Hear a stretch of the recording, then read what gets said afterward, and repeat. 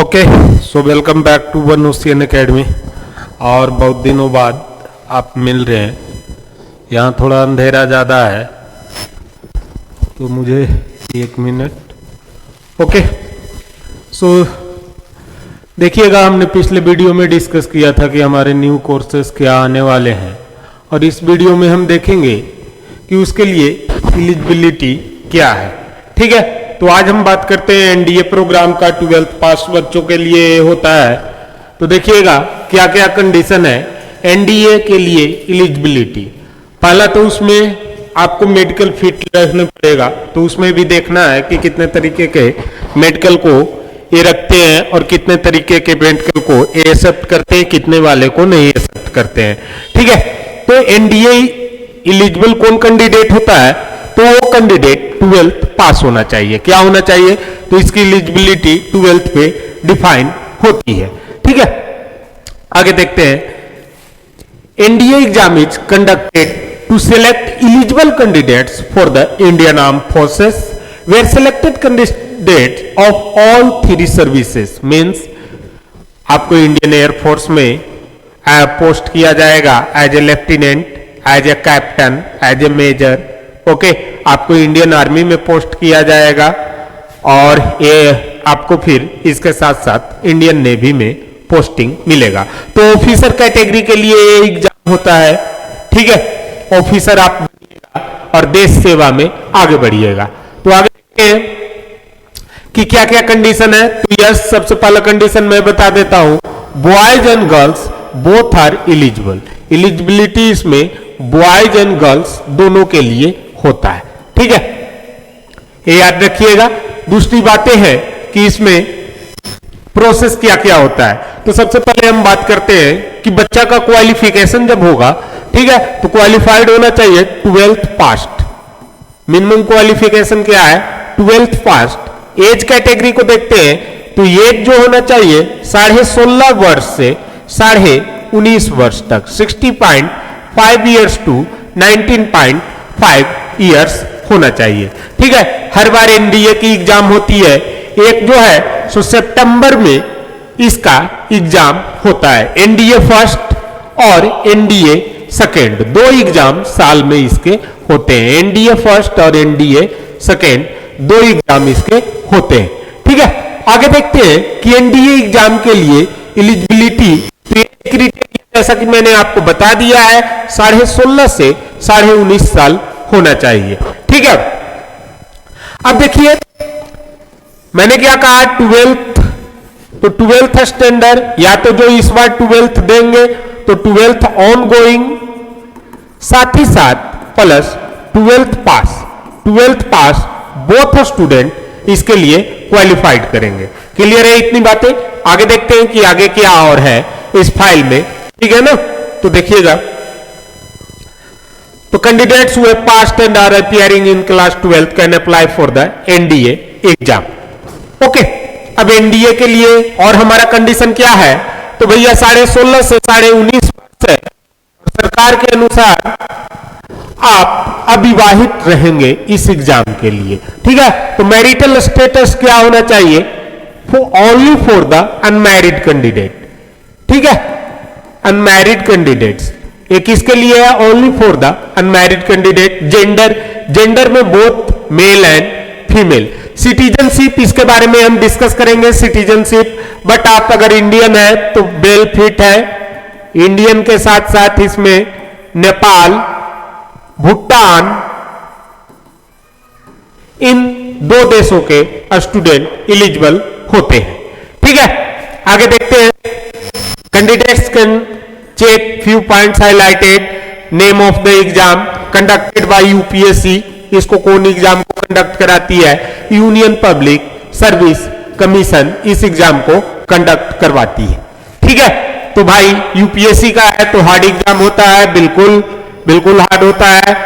देखिए, female and male NDA as आपको बता दिया गया है, class 12, air force and naval wings, okay, and army.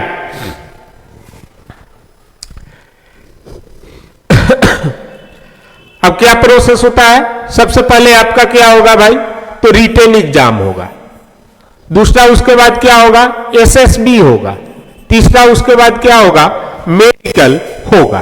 ठीक है, तो according to NDA eligibility criteria only unmarried and male and female candidate are what requested to fill the form. Okay, next हम लोग देखते हैं कि इसमें और क्या है। अब जब जब फॉर्म आते हैं, मैं बता देता हूं, जब जब फॉर्म आते हैं उसमें आपको स्पेसिफाइड करके लिखा होता रहता है कि आपका डेट ऑफ बर्थ कितने से कितने के बीच में होता है। जैसे कि देखिए अभी 1 अगस्त में नोटिफिकेशन आएगा, ठीक है, फिर दिसंबर आ गया है, तो जनवरी फरवरी में एक नोटिफिकेशन एनडीए का आने वाला है। आगे देखते हैं। अब मैं बता दूं आपको कि 2021 से पहले एनडीए में महिलाओं का प्रवेश वर्जित था, ठीक है, बट 2021 में सुप्रीम कोर्ट ने फैसला दिया और स्पेशल वीमेन कमीशन को इंडियन आर्म फोर्सेस ने शामिल किया, तब से इसमें क्या है, लड़कियों के लिए भी आवेदन किए जा सकते हैं। क्लियर है। अगली बात देखते हैं कि ये क्या था, तो वो सुप्रीम कोर्ट ने बताया इक्वलिटी, इक्वल अपॉर्चुनिटी, ये सारे चीजों का संविधान के अनुसार फंडामेंटल राइट्स को ये डिस्क्वालीफाइड करते हैं। ओके, तो देख लीजिएगा एनडीए का क्वालिफिकेशन आर्मी विंग के लिए अलग है, उसके साथ साथ आपको एयरफोर्स के लिए अलग है, नेवी के लिए अलग है। अब पता होना चाहिए कि आपका कोर ब्रांच क्या होना चाहिए, तो ये सिर्फ उन बच्चों के लिए है जिनका कोर रहेगा पीसीएम में, 12 किससे कर रहे होंगे, फिजिक्स, केमिस्ट्री एंड मैथमेटिक्स से कर रहे होंगे, तो कोर एलिजिबिलिटी उनकी होनी चाहिए PCM, physics, chemistry and mathematics. ठीक है, या तो जो 12th इस बार अपीयर कर रहे हैं या जो 12th पास कर गए हैं, both candidate are qualified for this exam. आगे देखते हैं कि और क्या लिख रहा है, तो और फालतू की बातें हैं। अब परसेंटेज बेस्ड, तो there is no NDA eligibility based on class 12th percentage. ठीक है, ये सीधे ही सिर्फ इतना लिखते हैं कि आप 12th पास होना चाहिए। Whether are you passing from 45%, whether are you passing from 50%, whether are you passing from 60%, it doesn't matter. Okay, no पहला citizen of India, subject of Nepal, subject of Bhutan मैंने बता दिया था, और फिर क्या हो, रिफ्यूजी हो। कौन से रिफ्यूजी हो, तिब्बत के, तिब्बतन रिफ्यूजी को भी इन्हें फॉर्म भरने की है।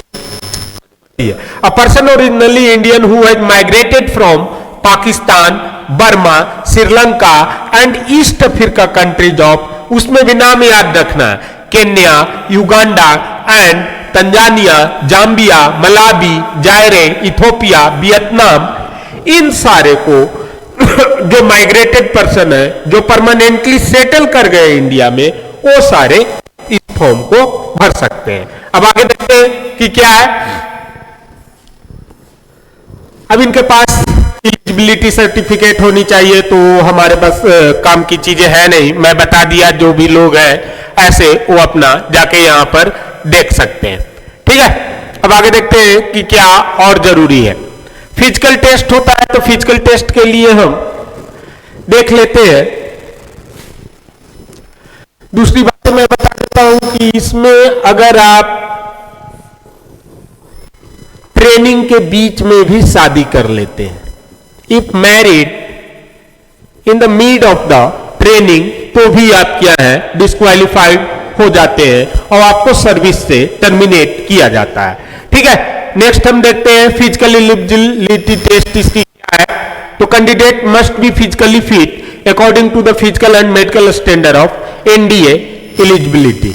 ओके, देखते हैं, तो हाइट आपका 157 सेंटीमीटर, एयरफोर्स के लिए 162.5 सेंटीमीटर, उसके अलावा सारे के लिए आपको मिलेगा 157 सेंटीमीटर हाइट होनी चाहिए। गर्ल्स के लिए भी, गर्ल्स के ऑल में ये 157 सेंटीमीटर है।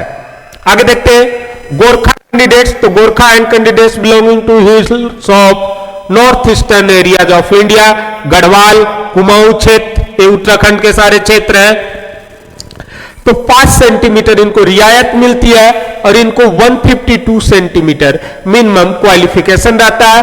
और for air force there will be 157.5 centimetre height needed. Okay, next हम लोग देखते हैं अब पायलट्स की क्या कंडीशन है कि इसमें पायलट्स बनाने की। तो देखिए, जो एयरफोर्स में पायलट्स बनना चाहते हैं, ठीक है, तो उनकी पैरों की लंबाई होनी चाहिए 99 सेंटीमीटर मिनिमम, और मैक्सिमम कितना होना चाहिए 120 सेंटीमीटर। ठीक है, तो ये ध्यान दीजिएगा, अगर आप इंडियन एयरफोर्स चूज करते हैं और पायलट बनना चाहते हैं, ठीक है, आप चलाना चाहते हैं सुखोई विमान, ठीक है, तो उसके लिए आपका कंडीशन क्या है कि आपके लेग के लेंथ 99 सेंटीमीटर मिनिमम होना चाहिए और 120 सेंटीमीटर मैक्सिमम होनी चाहिए। जांघों की लंबाई थाई लेंथ कितना है 64 सेंटीमीटर होनी चाहिए। सिटिंग हाइट, जब आप बैठते हैं पूरी तरीके से, तो स्ट्रेट साइड में आपको मिनिमम कितना होनी चाहिए 81.5 सेंटीमीटर होनी चाहिए और मैक्सिमम कितनी होनी चाहिए 96 सेंटीमीटर होनी चाहिए। मेडिकल रिक्वायरमेंट भी देख लेते हैं। आप या तो 6x6 रहे, ठीक है, तो 6x6 बेटर विजुअल डिस्टेंस होता है, और विथ और विदाउट अब दोनों अलाउड कर दिए गए हैं। तो विथ और विदाउट ग्लासेस, ठीक है, चश्मे के साथ या चश्मे के बिना भी आप सकते हैं। अब अगला मायोपिया केस में, तो मायोपिया कभी 2.5 दिन से ज्यादा आपको नहीं हुआ हो। हाइपरमेट्रोपिया केस में 3.5 दिन से ज्यादा नहीं हुआ हो। ठीक है, अगर आप एयरफोर्स के लिए क्वालिफाइड करते हैं तो एयरफोर्स में अभी भी ये मैंडेटरी रखते हैं विदाउट स्पेक्टेकल्स, बिना चश्मा के 6x6 विजन होना चाहिए। कितना होना चाहिए 6x6 विजन होनी चाहिए। आगे देखते हैं कि और इनका क्या क्या कंडीशन है। अब कैंडिडेट को कभी भी जीवन में ये बीमारियां नहीं हुई। क्या? वैक्स, कान का बहना, डेविएटेड नसल सिस्टम, नाक का सड़सड़ करते रहना, hydrocele, phimosis, condition of overweight या अंडरवेट, अंडर साइज चेस्ट, ये लड़कियों के लिए, पाइल्स, उसके बाद टॉन्सिलिटीज, गाइनोमैस्टिया और वेरिकोसिल नाम की बीमारी नहीं होनी चाहिए। ठीक है, ये वेरिकोसिल, गाइनोमैस्टिया ये दोनों लड़कियों की बीमारी है, टॉन्सिल किसी को भी हो सकता है। ठीक है, तो ये सारी चीजें आपको ध्यान में रखना है। आगे देखते हैं NDA requirements for guidelines regarding tattoos. तो टैटूज के बारे में क्या इनका कहना है। तो कितने लोग रहते हैं जो बचपन में ही टैटू बना लेते हैं बॉडी पर, तो उनके लिए कुछ खास गाइडलाइंस यहां पर प्रोवाइडेड है। ठीक है, कोई भी परमानेंट टैटू नहीं होना चाहिए। ठीक है, कोई भी परमानेंट टैटू नहीं होना चाहिए। कहां? बाह के अंदर से। ठीक है, मतलब हाफ शर्ट आप पहनते हैं तो उसके अंदर से कहीं भी inner side of the forearm से टैटू नहीं होने चाहिए। ठीक है, आगे देखते हैं कि permanent body tattoos on any other part of the body are also not acceptable. Permanent tattoo नहीं होनी चाहिए, टैटू इरेज होनी चाहिए। In case a candidate belongs to a tribe, tribe मतलब जनजातीय समुदाय, असुर, बैगा, ये सारे लोग, ठीक है, पहाड़िया, ठीक है, तो a tribe where it is customary, जिसमें कस्टमरी है, जैसे बैगा में कस्टमरी है, ठीक है, कोंड में कस्टमरी है, ठीक है, तो कोंड, बैगा ये सब जनजातियों की कस्टमरी होती है, तो वो टैटू रखते हैं। तो in case a candidate belongs to a tribe where it is customary to have a tattoo, acceptance will be granted considering the tradition involve. उसके ट्रेडिशन को जांच किया जाएगा, सरकारी दस्तावेज में अगर ऐसी कोई प्रमाण मिलती है तो फिर उसे एक्सेप्ट किया जाएगा। ठीक है, अब स्पाइनल कंडीशन रीढ़ के बारे में, तो इसके बारे में देख लीजिए कि कैंडिडेट्स को ये कुछ खास बीमारियां नहीं होनी चाहिए। ग्रैनुलोमेटस आर्थराइटिस जो बैठने में घुटनों का दर्द होता है, स्पॉन्डिलोलाइसिस, ओके, और कंप्रेशन फ्रैक्चर, ठीक है, लॉस ऑफ सर्विकल लॉर्डोसिस, ठीक है, तो सर्विकल लॉर्डोसिस मींस और एक मिनट, ये सर्विकल लाइडोसिस में क्या होता है, ब्लड का ज्यादा निकल जाना होता है।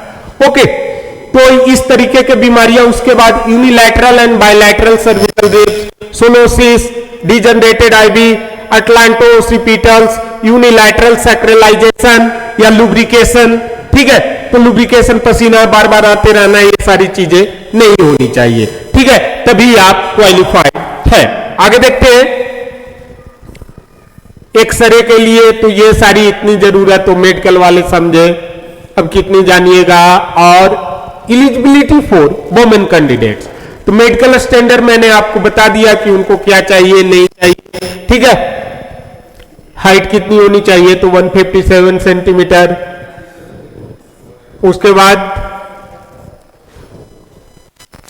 इनएलिजिबल कब होंगे, तो candidates will be rejected from appearing in the UPSC NDA exam if they do not fulfil NDA eligibility due to the following reason. पहला क्या है कि वो मैरिड है, सबसे पहला कंडीशन। दूसरा क्या है, as qualification, if he never lies between 16.5 years to 19.5 years then he is not qualified। अगला देखिए, अगर कोई एग्जाम में आप डिवाइड हुए हो डिफेंस मिनिस्ट्री के एग्जाम में, तो आप क्या है, डिस्क्वालिफाइड है। अगर आप क्लास 12 की एलिजिबिलिटी को फुलफिल नहीं कर पा रहे तो भी आप क्या है, डिस्क्वालिफाइड है, ठीक है। तो मैंने एनडीए के लिए जो जो क्वालिफिकेशन मोस्टली जरूरी है उसे मैं समअप करता हूं और आपको क्लियरली बता देता हूं, ठीक है। एक बार 1 मिनट आप इंतजार कीजिएगा और मैं समअप करके आपको देखो कैसे बताता हूं, ठीक है। तो इन सारे कोर्सेज के लिए आपको वन ओशियन एकेडमी में क्लास मिल जाएगा।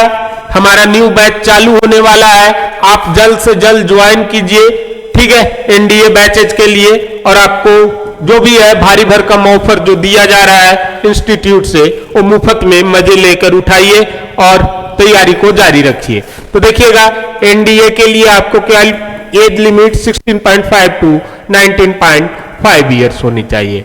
दूसरा जो परफेक्टली कंडीशन है, नॉट मैरिड, कब तक भैया, जब तक ट्रेनिंग कंप्लीट ना हो तब तक, तो नॉट मैरिड, ठीक है। तीसरी कंडीशन क्या है, आपको मेडिकल स्टैंडर्ड के पहले हाइट तो 157 सेंटीमीटर मिनिमम। अगर कोई एयरफोर्स ज्वाइन करना चाहता है तो 162.5 सेंटीमीटर मिनिमम, ओके।